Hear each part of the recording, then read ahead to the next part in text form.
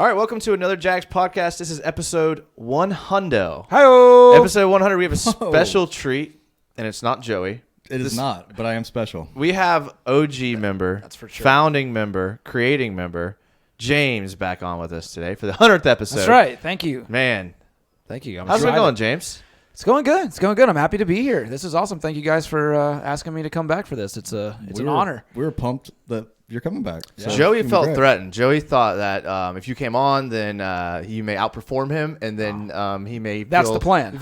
Well, I absolutely knew that was going to happen. I was just worried that he was going to park Bring in him the, back to the old in the days. driveway, and I wouldn't have a parking place, and he didn't. So we're all good. I ain't no fool. I'm not getting blocked in.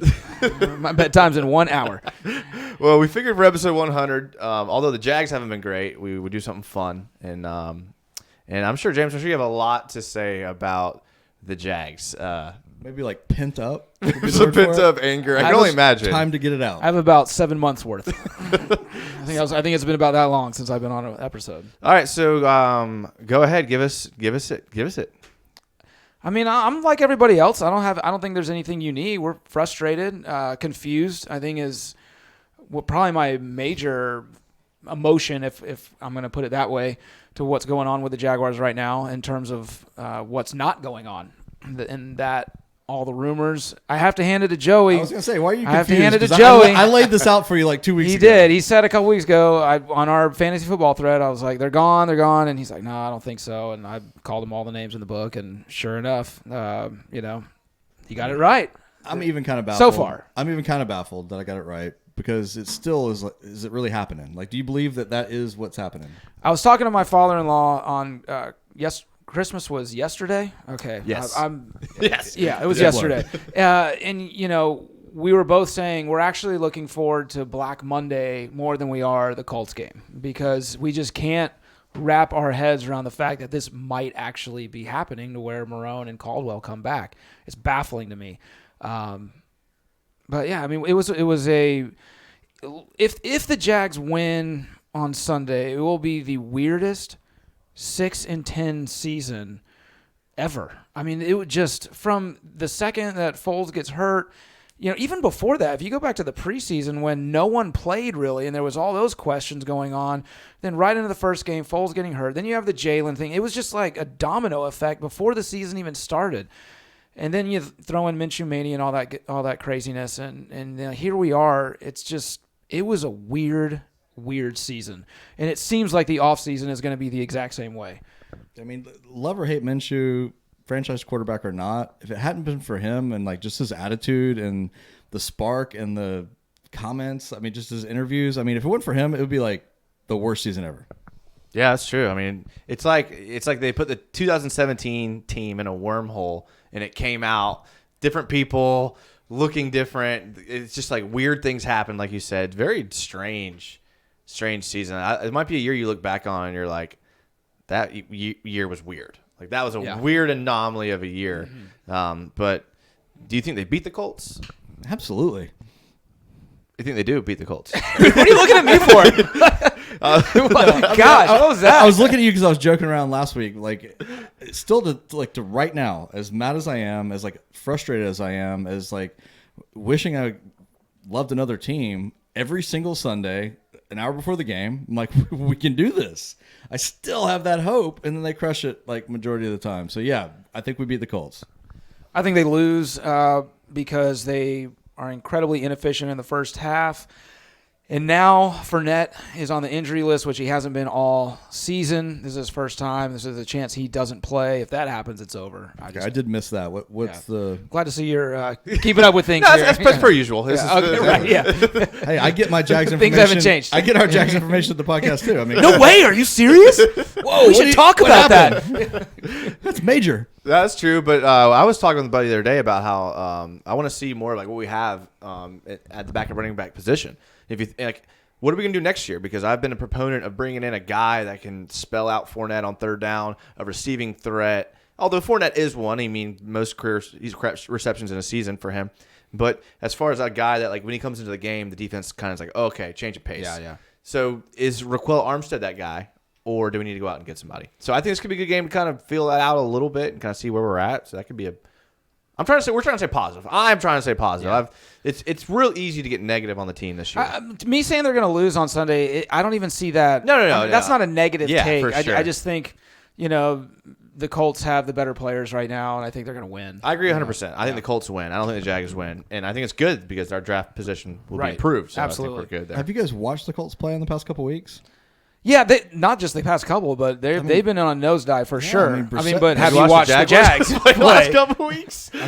I have, but I'm just saying it's kind of a toss-up at this point. Brissett's kind of tanking now. Yeah. He's come like what everybody expected him to be. So, I think we have a chance. I'll say that if Fournette doesn't play, we don't have a chance. You'd agree with that, right? Yeah, I'd have to agree with that. Okay. He's been kind of our... Because Jason just mentioned Armstead. I'm sorry. I don't think he's anything at all. Yeah, but week 17... You throw out a backup running back out there. I don't think that changes the game that much. Two teams that aren't making the playoffs, they're kind of going the same direction. You throw out Raquel Armstead instead of Leonard Fournette. You never know. Leonard Fournette, he's the leading he receiver. Is. He's yards from scrimmage. He's a monster. He's their offense right now. He's every player. Not to mention he has improved greatly in pass pro. So he's picking up blitzes like crazy. You put Armstead in there, it doesn't do that. It's just going to make Minshew's job that much harder. Well, he's the replacement for the tight end we don't have. He's the dump off guy. Like any play that doesn't work, it's either Minshew runs or he looks for Fournette. And if he's not there, that's trouble for sure. Right. Did y'all see Dallas Goedert against the Cowboys? All what he did. We could have drafted him, right? Yeah, no, we could have drafted any tight end in that draft. We could have for sure. Maybe somebody mentioned that. I think. Can I ask y'all a question that's totally off subject right now? It kind of is. It's already depressing. You mentioned Armstead, and everyone has been talking about this past year's draft and how great it was, and it's going to save Maybe that's why it's saving Caldwell's job, or whatever. Is it that great? It's not. Honestly? Well, Minshew's good. That's the only thing. Is he, though? I think Minshew's good. I think he's a good quarterback.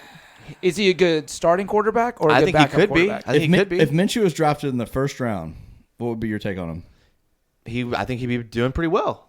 He's doing about as well as every other rookie quarterback that was drafted.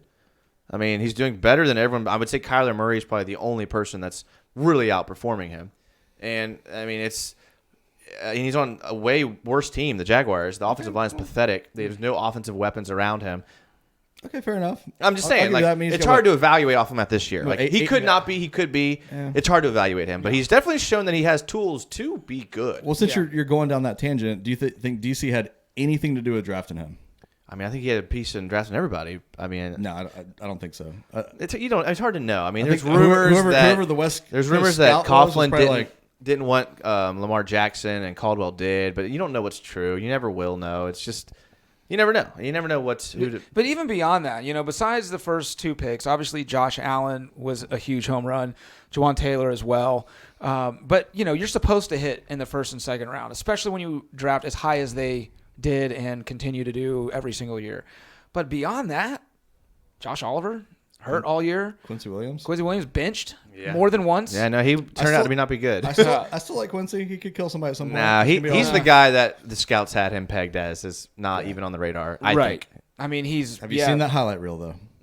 The one he made? Yeah. Awesome. Yeah. No, look, I think Josh Allen, Jawan Taylor, look, if you're picking outside of 10, to me, it's a coin flip whether your guy's going to be good or not, even in today's day and age. No matter where you're picking, look, you look at guys like Taven Bryan, everyone that was drafted around Taven Bryan. We analyzed a lot of guys in that draft, and half of them were bums, and half of them ended up being pretty good. And it's. I would agree with that unless somebody is dropped to the end of the first round who was an absolute college stud.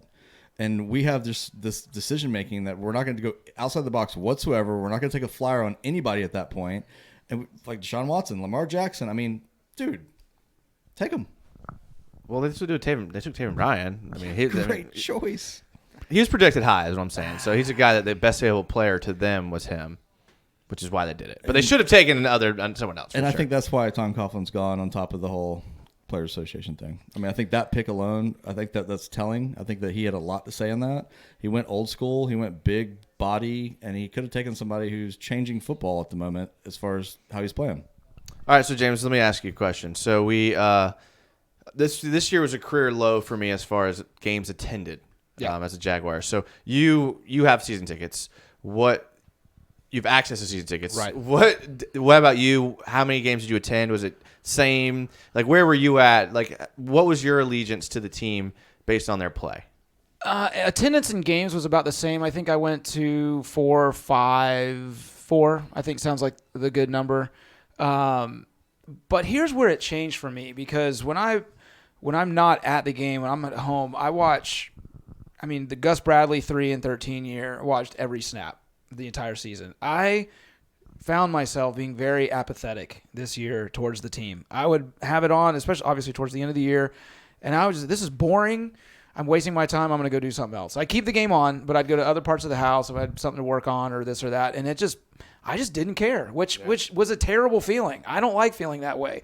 Win or lose, we're fans, but I promise you, this is the first year ever where I felt like that. I was like, this is a waste of my time. I feel like I'm an idiot watching this to an extent.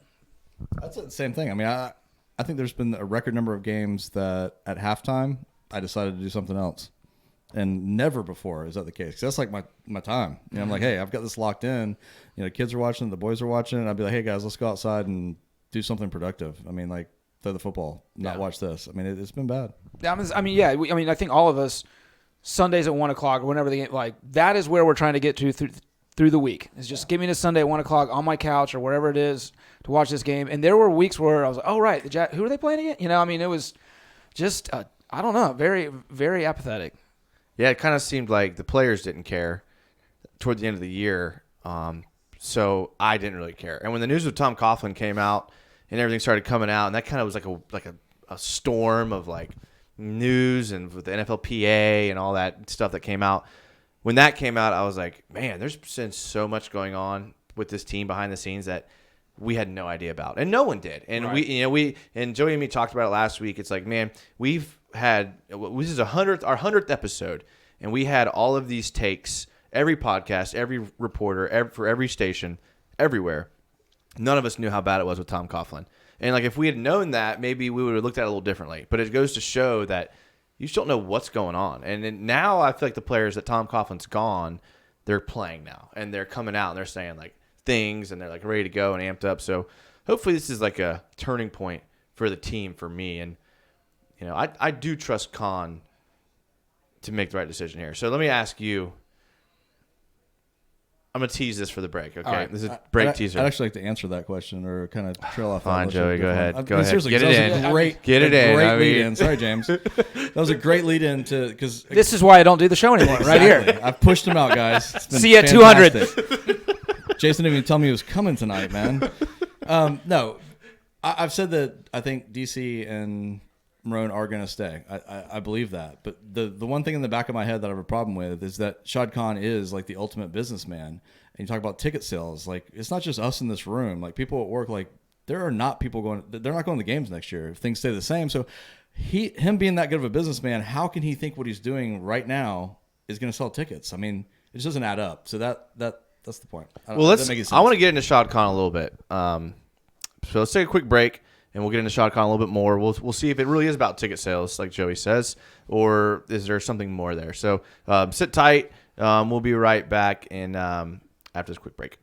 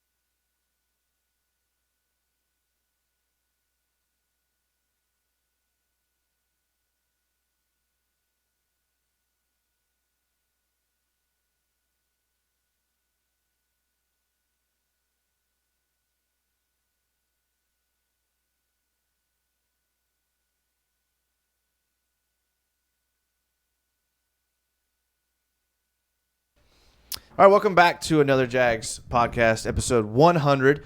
Make sure to follow us on Twitter at Another Jags Pod, Instagram Another Jags Pod. On YouTube, also subscribe to our YouTube channel. We may put this video up, we may not. Depends on James if he wants to or not. It's up to him. We'll find out later. This could be up. Go ahead. What do you got, Joey? Go ahead. Red shirt. Red shirt. He's wearing a nice red shirt. I guess he sponsor. forgot this was a Jaguars podcast. Right. It's been a while. It's been a minute. This is my shirt of protest. So make sure to check all that out. We put a pin in the break there talking about Shad Khan because I actually have some thoughts on Shad Khan.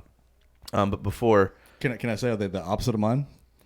no, they're just different. Okay. They're just different. Yeah, I wasn't really sure what yours was, to be honest. No, I'm glad you said that. Joey looked at me like, wasn't that profound? say it Like, again. yeah, sure. Dude, he's an ultimate businessman. He wants to make money, and he's making a decision that is not making any fan happy to go to a game next year or buy anything or anything about it. Just doesn't make any sense. Yeah, I think. So the point is, it doesn't make sense. It does not make sense. It doesn't. That's a ground-breaking point right there. I think what you're saying is keeping like Marone and Caldwell doesn't make sense, right? It does not. Yeah, so I agree, but I think that was my point, like my opening statement of the episode tonight. But mine was that I'm the opposite of that. I called it that they are keeping him, but it doesn't make sense to me why he is. So even though he is. why did you call that? You just because Why the did I call Jags that? are so Because crazy that I think that Khan likes Marone, and I think that he feels like he hasn't gotten, a good chance to actually coach the team. But more importantly, I think that we can't get anybody better, okay. and I think he realizes that. That could be a solid point. I actually haven't thought about is maybe the potential of getting a new coach, but you could get an offensive coach, which would help the ticket sales, like you're saying. Bring people in. Look, if we're being honest, the average fan who's going to the game probably doesn't know who the GM is. If you think about it, the average Jags fan is buying apparel. If you've been to a game, you know for a fact Yeah, they don't know who exactly. the GM is. Yeah, so they hardly know who the quarterback is. Really, all they're looking at is At least wins. in Section 409. Is wins and losses. That's all. Like, if they win, they're happy. If they lose, they're sad. And basically, that's all the average fan is going off of. We forget that sometimes because we actually do research and educate ourselves on the ins and outs of the team because we're that dedicated. Absolutely. Well, some of us. Leonard Fournette's not playing? Smoke Who's screen. Taven Bryan? He's playing. People still to this day are like, oh, the guy doesn't. He didn't know who Taven Bryan was. I'm a Gator fan, and he sucks. There's a reason I know he was because he didn't make a play in college either. Yeah, well, but look, here's my overarching point, and I want to get James' thought on this because he's not here very often, so I want him to comment. Do you think the fans and the fan base is being a little too harsh on the Cons, considering at any moment the Cons could just get up and leave Jacksonville? Like, do you think we as fans should be a little more sensitive to the way that we're approaching the Cons ownership? You mean should we be scared of them? Should we maybe not be calling them liars and like, Big Cat Country had an article saying that when he said this was the best decision or this is the best thing they did, that they were lying and then they weren't telling the truth. They're being dishonest. Is that a little harsh for guys that could have gone anywhere in the country with this team and decided to keep it here in this city? I don't think so. I mean, I haven't read that article or know all the statements, but I think it's okay for fans to be angry because, listen, we've had one anomaly of a winning season, and that's it in the last decade. And here's what I just keep thinking: there are a couple things. One, Khan's worst decision of this entire season was when he came out in that interview and talked about the Jaguar fans not being football hungry and passionate or whatever because we're not coming to the stadium or something like that. I'm paraphrasing because I've never seen that work. I've never seen that be a benefit to the fans or the ownership when ownership looks at fans, because fans at the end of the day are customers. We are consumers buying the product that you own. And if you can't be mad at people for not putting their hard-earned money towards something that is not successful, that doesn't work, and when you then also go so far as to say, well, we're not going to change anything, that just makes it even worse. And this is what I thought. And we joke about this, and maybe you still do on the podcast a lot, but what I thought about when Khan said that about fans not coming out was, wait a second, you took... and I'm serious about this. This isn't joking. You took one of the best places in the stadium to watch the game, right, as a fan, the experience, and you did a money grab to put money in your pocket and took the viewing pleasure away from fans.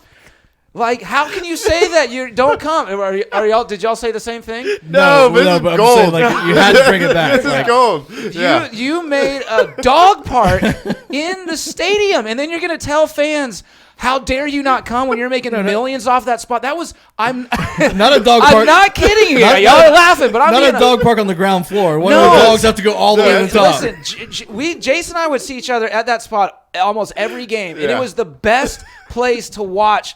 It was a nice breeze. It was shaded. It was like very festive. People were just hanging out. It was very chill. And he took that away. He did. He took it away He did. for money in his pocket, and then has the audacity to tell fans, "How dare you not come out and enjoy this?" You know. And so that I thought that, honestly, like, you can't say that. And then also, when he became the owner, I don't ever remember a single Jaguar fan saying, "Man, I would love to go to the games if only they had a pool." You know what I mean? Like, he did all these amenities and stuff for his sake. What Jaguar fans wanted was to win, and he has yet to do that as an owner. As a matter of fact, his record as an owner is terrible. It's way worse than the Weavers. So does he care about winning or not? I think, to your point, he's the ultimate businessman. Sure. And, you know, there's so much that you can read into with Caldwell and Marone saying, which, by the way, is not in concrete yet. It's a bit speculation right now. It's a lot of speculation. It sounds like it's going to happen, but no one really knows. But if they stay, what that tells me is that Coughlin was doing everything. Which I think we've said that. But everything. I think he was doing the game planning. He was telling them how many pass plays to have in the game, which defense to run. I mean, it would have to be, because otherwise someone would have to go. And so if no one else is going except for him, well, then that means you're putting all of the blame on everything that happened on one guy, which for me, as much as you want to talk about Coughlin being a control freak, that seems to be a bit far-fetched. It's an easy out. Right. I don't know, though, because we talked about how the only way you could bring in Tom Coughlin as the executive vice president and still keep Caldwell is by saying Coughlin has control over everything. Like, how else can you keep both of them? You couldn't. You couldn't take someone who's doing that job and keep them and put someone over them without demoting them. So you would have to say that Coughlin was doing everything, and I think he was. And I think Khan is a businessman, but I think he knows that even more than pools and even more than dog parks, winning brings in more revenue than those things. Right. And I think he knows that, and he's trying to win. I think I don't think you can say he's not trying to win. I think you could accuse him of not being good at winning because he hasn't shown he can win in the Premier League, and he hasn't shown he can win here. But I don't think you can say he's not dedicated to winning. And honestly, if any one of us were the owner, when they hired Tom Coughlin, we would have made the same move. Tom Coughlin said he wanted to come back. All the Jags fans were clamoring for Tom Coughlin. He was the answer. He was going to fix this team. Disciplinarian, too many people, too many penalties, all this stuff, off the field issues. And then we were like, Tom Coughlin's going to clean it up. We would all made that same move. Yeah. And I don't think Khan's not trying to win. I think he turned the whole organization over to Coughlin, and Coughlin did a terrible job with it. And I think we're being a little too harsh on Khan, because Khan, it's not like he only cares about money. I think he's just trying to do what's best for the team, and those decisions haven't been what's best for the team. Khan's not like that garbage owner that won't spend money. I mean, he's obviously dumped a lot of money into it. He's gotten a lot from the city, but I mean, he'll go out and get a player and overspend for him just to make him better, the team better, or whatever. But I do think TC was a huge problem, and I think we are speculating a lot. But one thing I have done is listen to all of Doug Marone's press conferences, like, since that time frame. He's a completely different guy as far as what he's saying, how he's saying it. He was handcuffed, man. It was obvious. And now he's like, this is my shot. I still want to be here. I mean, he almost cries every single press conference. I think he couldn't do anything that he wanted to do. I think he had to play like the good cop to the Coughlin's bad cop.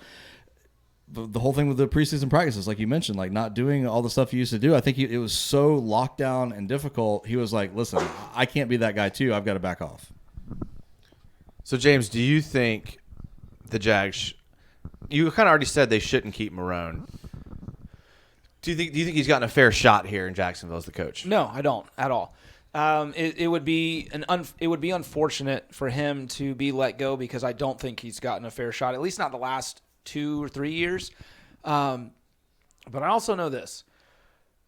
The definition of insanity is doing the same thing over and over again and expecting a different result. Well, if we bring Caldwell back and we bring Marone back and expect something different, are we going to get something different or are we going to get the exact same thing? And also, we have 2 first-round picks next year. Good first-round picks. I'll put it back on you, Jason. Do you trust Caldwell to make those picks? I do. I do trust Caldwell to make the picks. I think Caldwell has shown he is a good drafter. And to be honest with you, I think Coughlin has been making the last couple first-round picks and second-round picks and really all the picks. But I do think Caldwell is a good scouter. Knows how to go out there and find diamonds in the rough. He does it over and over and over again. Another concern for me is who are you going to go out and get to make the picks? Like, you're not going to get a top-tier guy because those guys aren't looking for jobs. The only guy out there that would be like, okay, that makes sense to me as an upgrade over Caldwell would be like Daniel Jeremiah. And there's no real evidence that he's looking to do that job. But he would be the only guy. And, and then even... That's interesting. I like that. Because Jeremiah was definitely who I was going to say. Yeah, I mean, if you get a guy, but if he's not available, yeah, I'm sure. If he's not available, there's no one else out there. Like, he was the vice president to this guy, or he was the assistant to this guy. Like, you don't have a sure thing making those picks. Yeah, okay. Let me say this. If, let's say, you could say the same thing about Marone. Well, who are you going to get to replace him? Who's out there? But if Marone was out there and we were looking for a new coach, would you go Marone? No. See? I mean, so it kind of works both ways. Yeah. Yeah, but I'm looking at GMs differently than coaches because coaches, you can kind of have a good track record of, Marone's been 2 places. There's no GMs out there with a good track record that are available. I just think coaches and GMs are a little different. But that's the thing, that they either both stay or they both go, though. I mean, you can't keep Marone, fire DC, and then general manager. You can't do that. You can't keep Marone unless you keep Caldwell. I think you keep Caldwell, not Marone, though. You could do that, but I don't think anybody is going to do that. I mean, I think if anything, you're keeping them both because you think Marone has a shot at doing things his way and being productive. Or you think that he's the best we're going to get at that position, and give him another year. If it tanks, we get Trevor Lawrence, and then you go looking for your other guys. Yeah, possibility. Because is he gonna win more games next year, Marone, with this team? Probably. I think that's part of it too. Is it's going to be over 106. I think they're looking at saying you're going to be hard pressed to find a GM and a coach to come in where you're saying, hey, Foles is the guy for at least another. You got it. So ride it out. See what you got with him. Yep. Because I'm going to go on record saying now in late December that I think Foles is week 1 starter going into next year. Without a doubt. Yeah. And so that's their guy. So take him. Let's build in the draft, offensive line, defensive line, whatever your prerogative for that is. And then if and when it doesn't work, that's when you clean house and bring someone and say, all right, bring in your quarterback. This is your show. So throwing that out there, obviously diehard Jag fans, let's say they keep both of them. We roll with what we got at quarterback. They make some decisions, pick up some guys. We got 3 picks in the top 40. So obviously we can get some young talent. We tank next year. Would you guys be upset with that?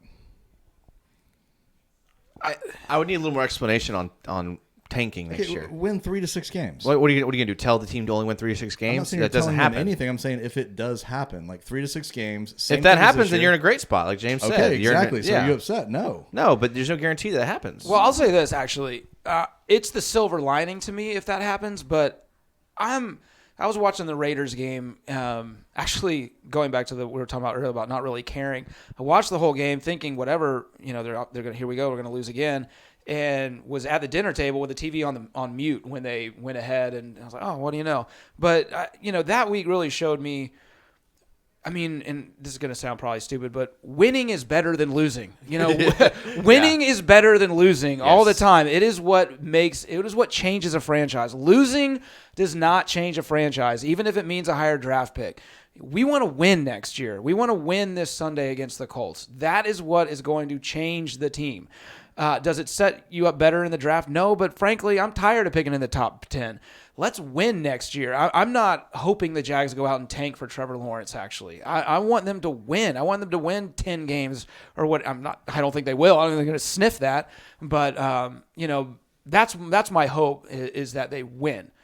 Now, the silver lining is when they don't, they'll have a great draft pick. And whether it's Trevor Lawrence or Justin Fields or someone else, there could very well be a quarterback change in 2 years. I mean, the problem with that is we have so many needs. And you look at a team like San Francisco who, they went out, they got Jimmy G, he got hurt. They had a horrible season, and then they get Bosa, they bring in a new GM, they're healthy, and they're the team to beat, or one of them at the moment. So I don't think we fix things next year, honestly. I think we go into next year with the attitude of what happens, happens. We've got some good young talent we're going to get in the draft. They're not going to be ready to be dominant players next year, and then we go on to the year after and hopefully get Trevor Lawrence and build from there. It's not going to be a pretty season next year. There's just way too many holes to fill, not just in the draft, but in free agency. And we're going to dump a lot of salaries and we'll have money to spend, but that's another thing. Like, I'm just so tired of spending in free agency because it puts you in a hole. And that's what we're at now. You overpay in free agency. Yes, you do. It's the nature of it. You have to. But it's funny. I like the 49ers a lot because they're a case study of what the Jaguars could be with different management and different coaching. They drafted D-line every single year. They went out and got someone else's backup quarterback for a lot of money. They tried to build through the draft. They're us, but they have an offensive-minded coach, and they have a GM that's more of a player's guy. And they've done the complete opposite of what the Jags have done. And they were even on the projection that we were on, if you think about it. The year we went to the AFC Championship game. They won, 3 games, right? Garoppolo tore his ACL, but he was showing promise the season before, and they've been on the same trajectory as us, and they're what a team looks like that's done it the right way. And they're dominating the NFC, and we're an AFC bottom feeder. Yeah. So I think it does come down to personnel and coaches and things like that and GMs, but I don't think we're far away. I don't think we need a total rebuild. That's why I'm not a fan of tanking. I never like tanking. Rarely does tanking work out. I'm not saying everyone points to the Colts when they got Andrew Luck. That's one of the very few times they were a playoff team, one bad year, back to playoffs. That does not happen very often. I shouldn't have used that like a plan. Tanking's the wrong word for it. I'm saying if that happens, it won't be the worst thing in the world because of what we'll be able to obtain. You look at the Dolphins this year, and they're like a feel-good story. You got a bunch of guys that probably won't be in the NFL next year for the most part. They play hard. They got a coach that's got them motivated, but, they're hurting themselves by winning this year. I don't want that. So are you rooting for the Colts on Sunday? It's really not going to affect our draft pick that much. We still got 3 in the top 40, so I would never root for the Colts, James, first of all. That's true. I should have said, are you rooting for the Jags to lose? I'm not, but if they lose, I won't be upset. It's the difference between picking possibly 5th to almost possibly 10th, I think. Yeah. It's that much of a swing. Yeah. If they win, I'll be happy because I'm a Jags fan. If they lose, I'll be happy because we get a better draft pick. So, I guess that is what All it right, is. well, let's put a pin in it there. We'll talk about what you think the Jaguars need to draft, and we'll talk about what you think should play out in the offseason a little bit more. We're going to take a break. This is going to be the end of part 1. We'll come out with part 2. We'll put out the rest of this conversation out in a couple of days, so make sure to stay tuned to that. So don't worry. James will be back in a couple of days, so he's not going anywhere. Thanks for listening to episode 100. We're going to come back with episode 100 and a half here in a couple of days. All right, make sure to follow, like, subscribe. Everything that we do. And we'll see you in a couple of days.